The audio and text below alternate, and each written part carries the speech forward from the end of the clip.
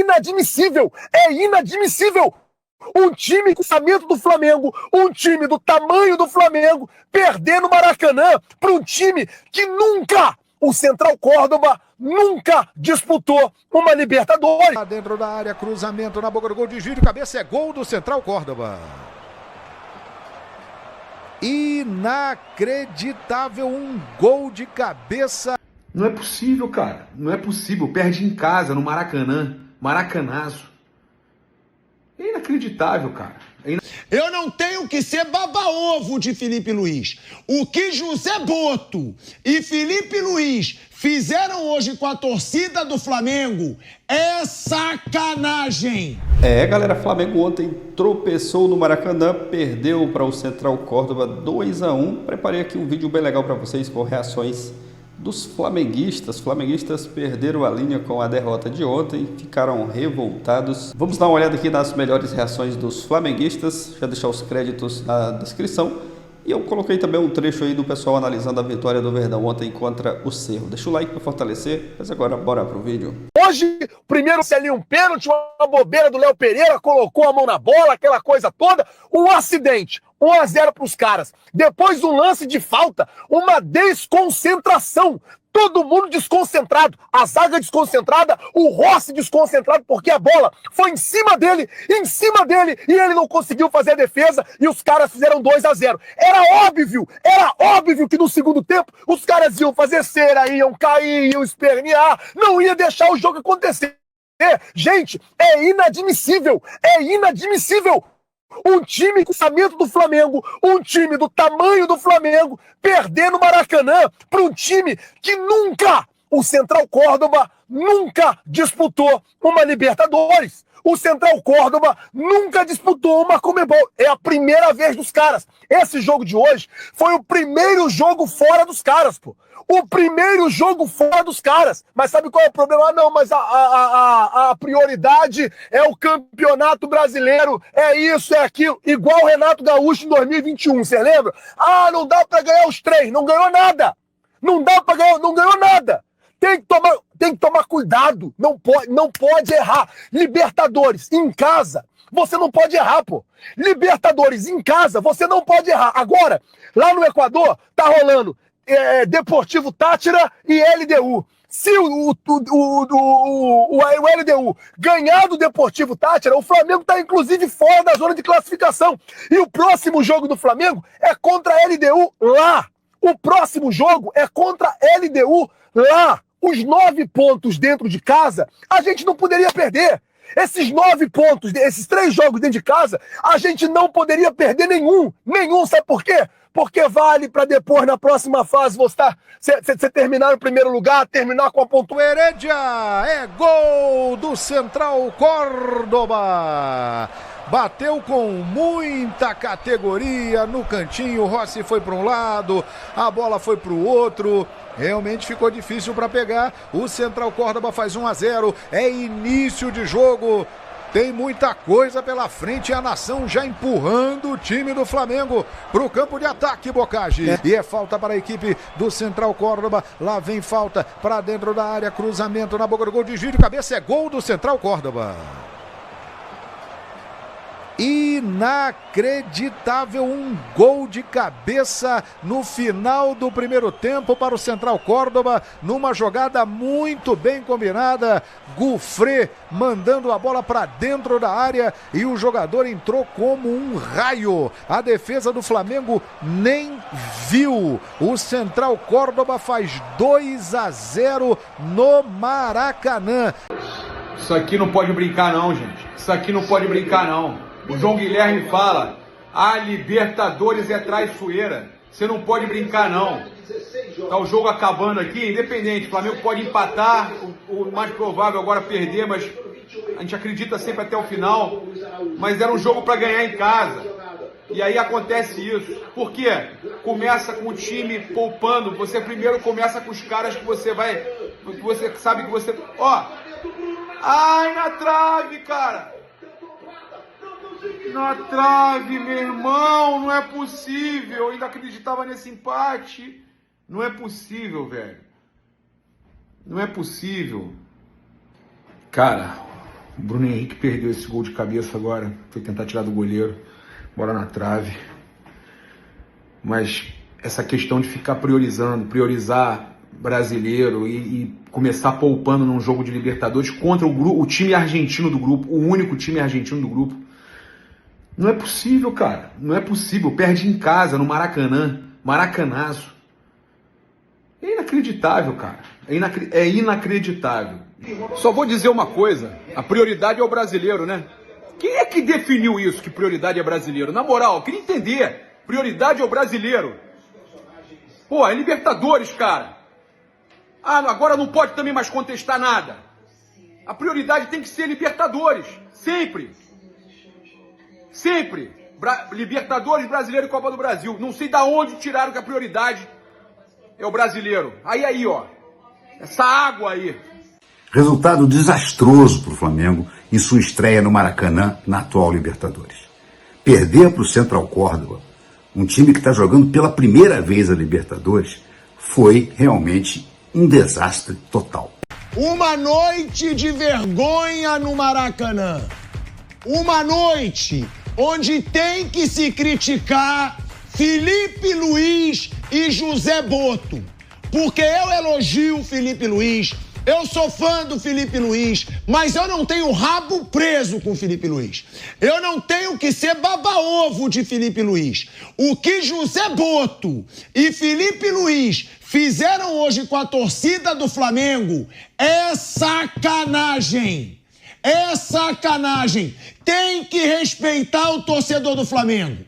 Tem que respeitar o torcedor do Flamengo que lotou o Maracanã, que pagou caro pelo ingresso do Maracanã. Porque José Boto não sabe nada de futebol brasileiro. José Boto não pode dizer, brasileiro é a prioridade. Vai estudar o futebol brasileiro. Libertadores sempre foi e sempre vai ter que ser prioridade no Flamengo e em qualquer clube do Brasil. Porque você, José Boto, entende de Portugal. Você ainda não entende nada do futebol brasileiro.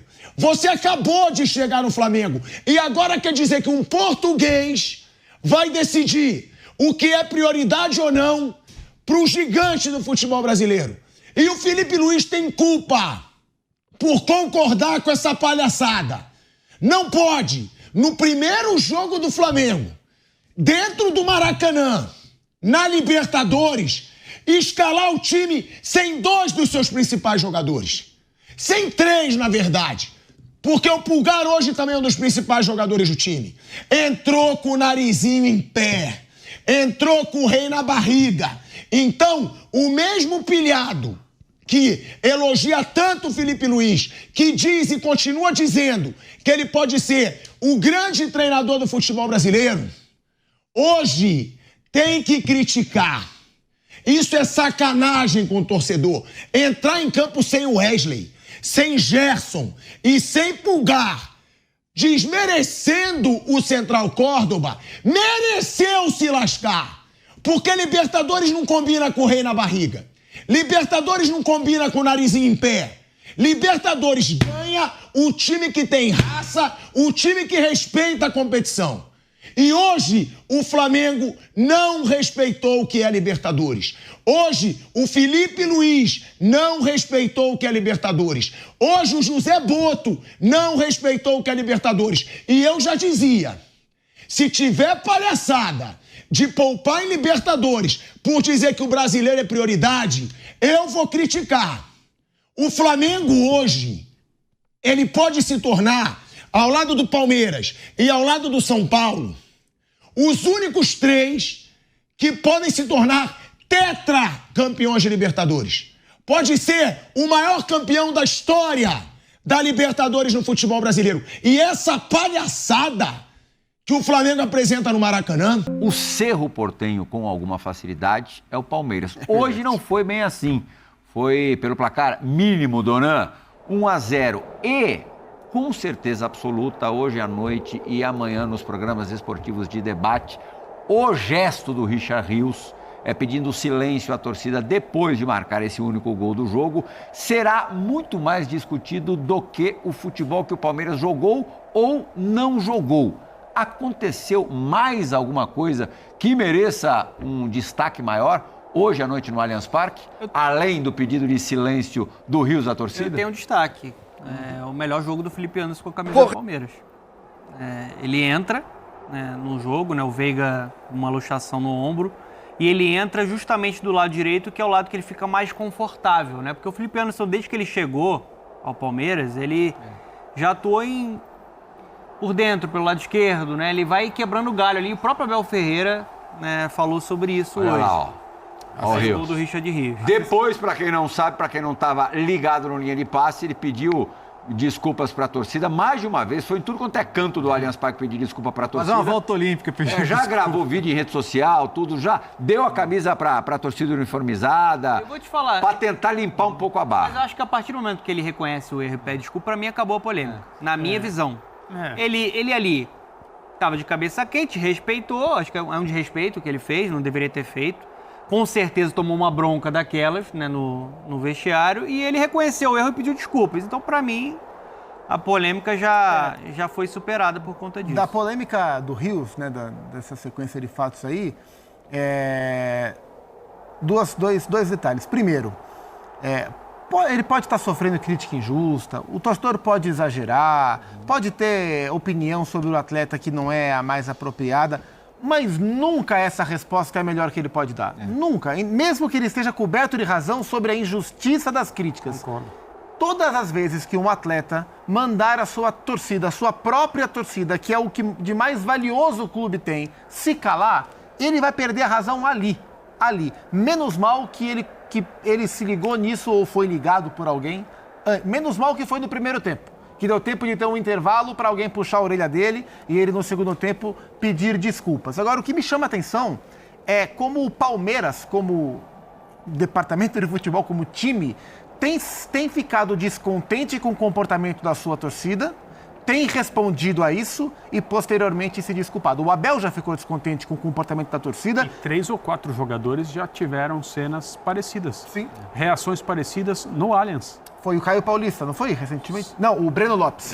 Breno Lopes, algumas temporadas. O Abel, recentemente, elogiou a do Botafogo para criticar a do Palmeiras. Sim.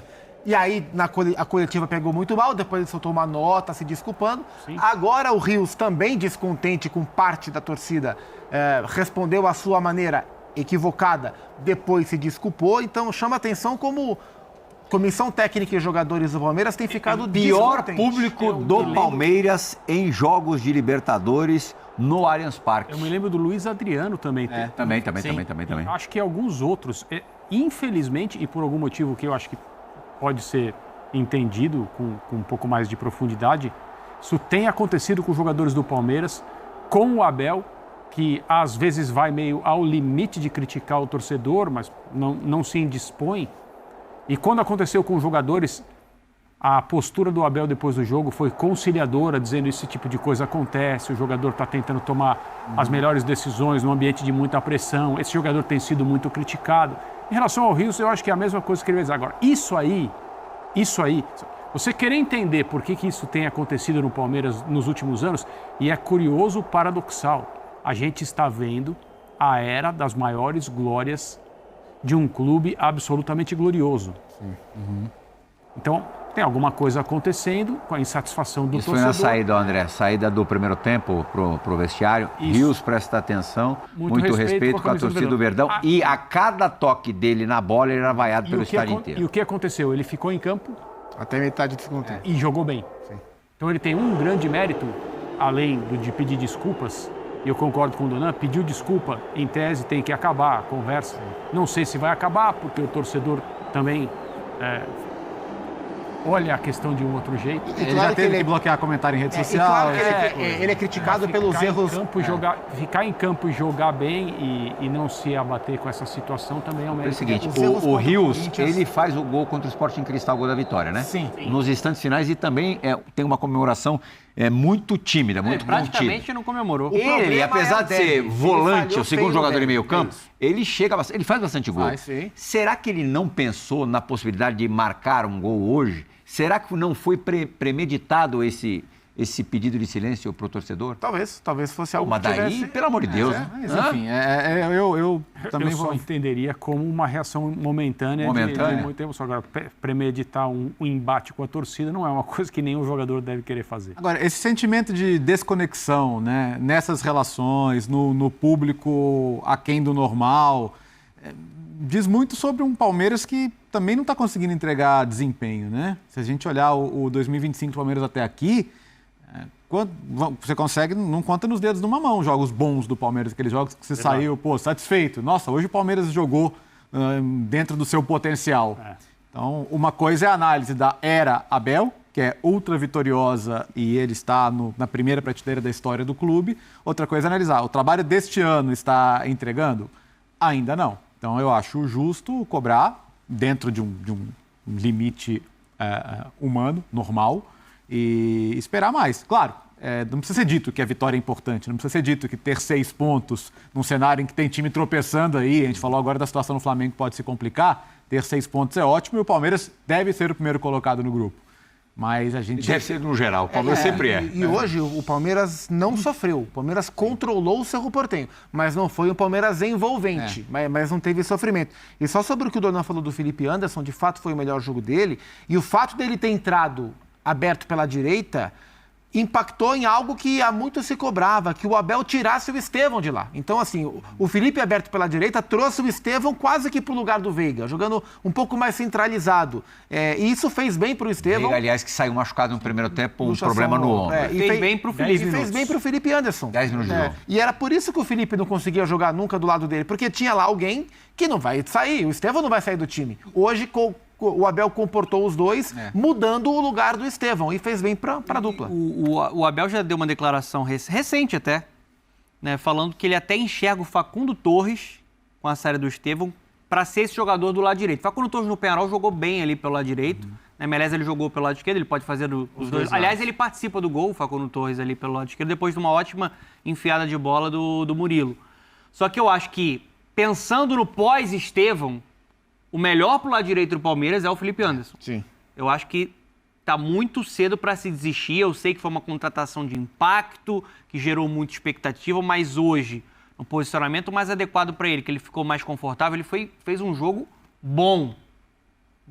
Qualidade no passe, a presença do Estevão um pouco mais por dentro, porque o Estevão hoje, ele atrai os marcadores adversários. O Estevão pega na bola, tem sempre... Sim. 2 ali marcando e abre mais espaço para o Felipe Anderson. É isso, torcedor do Verdão. Reações dos flamenguistas aí, pistolas com a derrota de ontem do Flamengo no Maracanã. E também um trecho do pessoal analisando a vitória do Verdão, o pessoal do Linha de Paz. A vitória não foi aquele grande futebol, mas foi um resultado muito importante do Palmeiras, ao contrário do Flamengo, né? O Palmeiras conquistando a 2ª vitória na fase de grupos, vencendo suas 2 partidas. Venceu na estreia e ontem venceu o Cerro 1-0, placar magrinho, o gol do Richard Rios. Isso foi um resultado importante. E os flamenguistas estão pistolas com a derrota, já estão alguns até cornetando o Felipe Luiz por não ter colocado, né, o time titular ontem, 100% titular, mas a maioria ali era titular, 2 ou 3 jogadores que não jogaram, né? E o Flamengo tropeçou em casa diante do Central Córdoba e os flamenguistas estão pistolas e revoltados com a derrota. E o torcedor do Palmeiras, né, tá de boa com a vitória. É claro que o torcedor do Verdão também corneta ali o desempenho do time, mas eu acredito que o time vai evoluir com a sequência aí dos próximos jogos. É isso. Deixa sua risada aí para os flamenguistas nos comentários. Aproveita também, já se inscreve, ativa o sino das notificações. Valeu e até a próxima, galera.